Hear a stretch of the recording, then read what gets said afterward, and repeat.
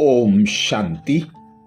समय की समीपता और प्रकृति की हलचल को देखते हुए मधुबन घर से विशेष बाप दादा के इशारे। अब लगन की अग्नि को प्रज्वलित कर योग को ज्वाला रूप बनाओ, जिसके लिए 21 सितंबर को बाबा ने इशारा किया। ज्वाला रूप बनने के लिए यही धुन सदा रहे कि अब वापस घर जाना है अर्थात उपराम। जब अपने निराकारी घर जाना है तो वैसा ही अपना वेश बनाना है, तो जाना है और सबको वापस ले जाना है।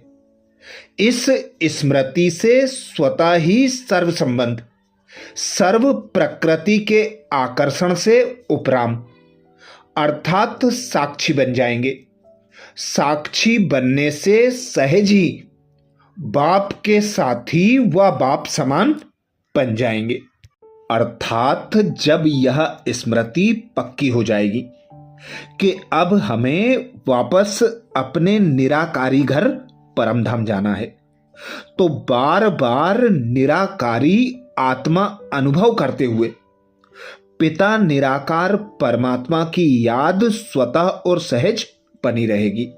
स्वयं को मेहमान करावनहार अनुभव करते हुए इस देह से, देह की दुनिया से स्वयं को उपराम न्यारा और एक बाप का प्यारा अनुभव करते रहेंगे। 22 सितंबर को बाबा ने सहज विधि बताई। बाबा बोले, जितना स्थापना के निमित्त बने हुए ज्वाला रूप होंगे, उतना ही विनाश ज्वाला प्रत्यक्ष होगी। संगठन रूप में ज्वाला रूप की याद विश्व के विनाश का कार्य संपन्न करेगी। इसके लिए हर सेवा केंद्र पर विशेष योग के प्रोग्राम चलते रहें, तो विनाश ज्वाला को पंखा लगेगा। योग अग्नि से विनाश की अग्नि जलेगी, ज्वाला से ज्वाला प्रज्वलित होगी। अर्थात कलयुगी दुनिया के विनाश के लिए बाबा सहज विधि बताते। बाबा कहते, अब योग की अग्नि को ज्वाला रूप बनाओ, निरंतर एक बाप की याद की लगन में मगन रहो। इसके लिए भले संगठित योग करो, चाहे आपस में रूह रिहान करो, पर याद निरंतर बनी रहे। 23 सितंबर को बाप दादा का इशारा है। लास्ट सो फास्ट पुरुषार्थ ज्वाला रूप का ही रहा हुआ है। पांडवों के कारण यादव रुके हुए हैं।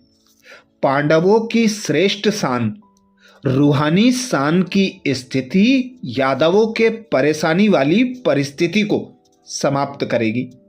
तो अपनी शान से परेशान आत्माओं को शांति और चैन का वरदान दो।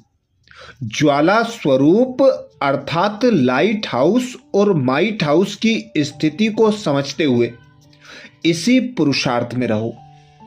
अर्थात जितना बाबा से शक्तियां लेंगे, जितना बाबा की याद की लगन में मगन रहेंगे, उतना सेवा स्वतः होती रहेगी। तो बाबा का विशेष इशारा है, अब अपने लाइट हाउस माइट हाउस स्थिति में स्थित हो जाओ और हर आत्मा को जो दुखी है, अशांत है, भयभीत है, चिंतित है, उन्हें सुख शांति की शक्तियों की सकाश दो। क्योंकि जब हम पांडव शक्तियों से संपन्न बनेंगे, तभी यादवों को विनाश कराने की टचिंग मिलेगी। 24 सितंबर को बाबा का इशारा है। विशेष याद की यात्रा को पावरफुल बनाओ, ज्ञान स्वरूप के अनुभवी बनो।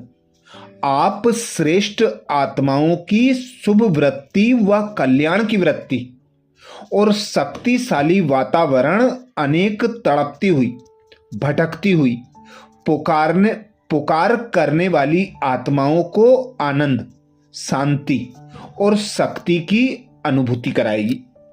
अर्थात अब अपने एक एक सेकेंड को बाबा की याद और बाबा के ज्ञान के मनन चिंतन में सफल करना है। तभी हमारे द्वारा शक्तियों की प्रत्यक्षता होगी, ज्ञान की प्रत्यक्षता होगी। 25 सितंबर के लिए बाबा का इशारा है, जैसे अग्नि में कोई चीज डालो तो नाम रूप गुण सब बदल जाता है, ऐसे जब बाप के याद के लगन की अग्नि में पड़ते हो तो परिवर्तन हो जाते हो।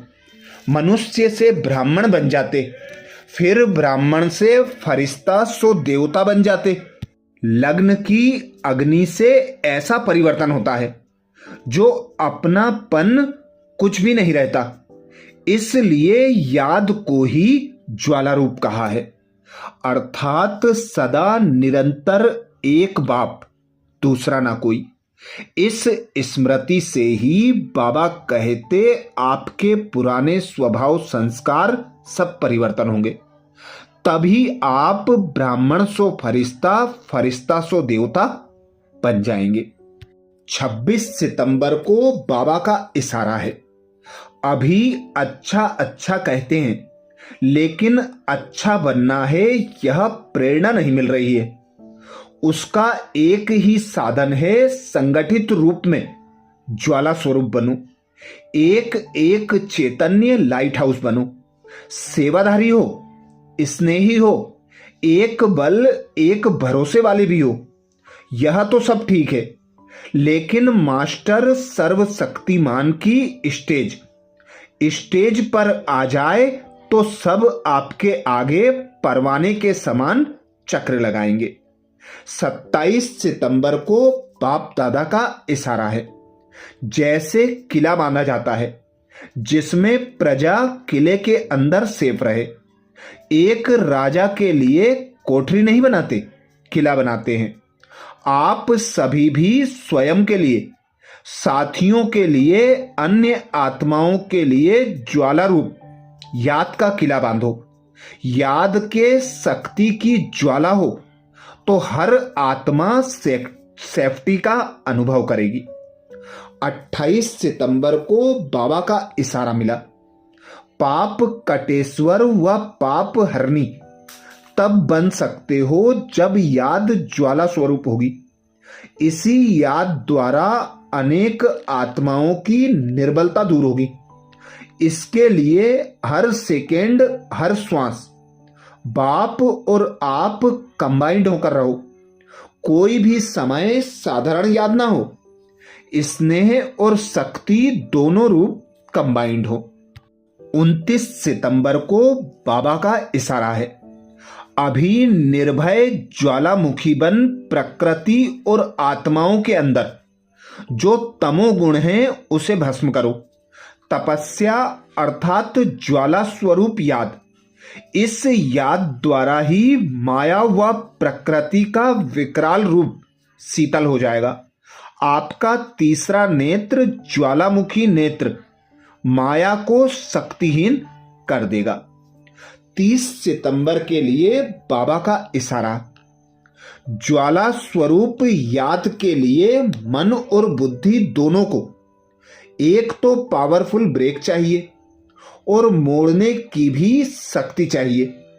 इससे बुद्धि की शक्ति, कोई भी एनर्जी वेस्ट ना होकर जमा होगी।